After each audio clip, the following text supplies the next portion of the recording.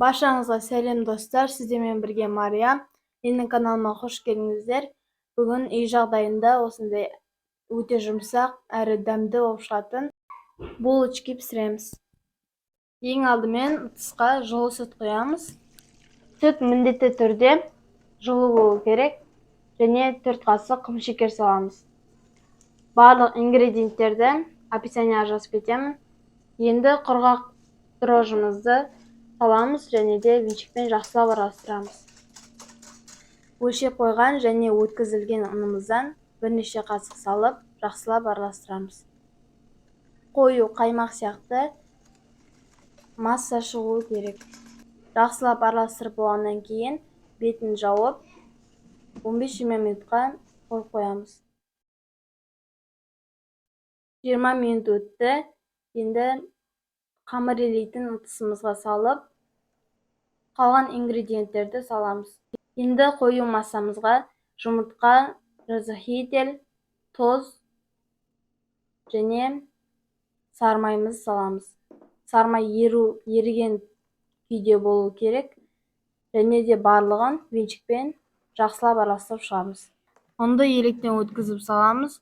Ол қамырдың көтерілуіне себеп болады. Біріншімен венчикпен араластырамын.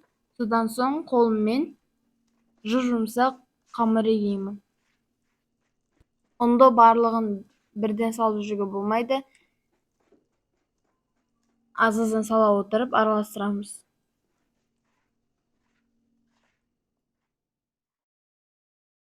Ең бастысы қамырымыз жақсы иленсе, булочкамыз әдемі болып шығады. Міне мен қамырым дайын болып қалды. Енді бізде осындай жұмсақ қамыр шығу керек. Осылайынан біз астына ұн себіп, қамырымыздың барлығын жұмсартып, өстіп ковриктің үстінде илеп шығамыз. Қамырымызды илейміз және де бетін пищевой пленкамен жабып, 1,5 сағатқа қоямыз. Әбден көтерілуі керек. Осылай менің қамырым күшті болып көтерілді. Енді біз оны ковриктің үстіне қоямыз және де оны екіге бөлеміз. Осылай қамырымызды екіге бөліп, барлығын 7 бөлікке бөліп шығамыз. Сонда бізде 14 булочка шығатын болады. Осылай барлығын домалатып шығамыз. Және де астына ұн сеуіп, алдымен осылай басамыз және де сопақша етіп жаямыз. Маған қамырмен жұмыс жасаған ұнайды. Енді сопақша қылып жайып болғаннан кейін осылай шетінен бастап ораймыз. Және де ұзын қылып орау керек. Булканың формасын шығару үшін қамырымызды осылай екі жаққа созамыз және де әдемі форма шығару үшін осылай формасын келтіреміз. Қалған қамырымыздың барлығынан осылай булканың формасын әдемілеп келтіріп жасап шығамыз. Соңғы қамырдың жасалу жолын көрсетейін. Тағы да осылай жаямыз және де сопақша етіп істеп жұқалап жаямыз. Булочканың бетіне мак немесе кунжут себуге болады. Міне осылай жайдым және рулет секілді ораймыз. Рулет секілді орағаннан кейін осылай жабыстырып шығамыз. Соңғы шетін және де тағы да созып шығамыз. Өзімізге қаратып, булочканың формасын келтіреміз. Міне барлық қамыр дайын болды.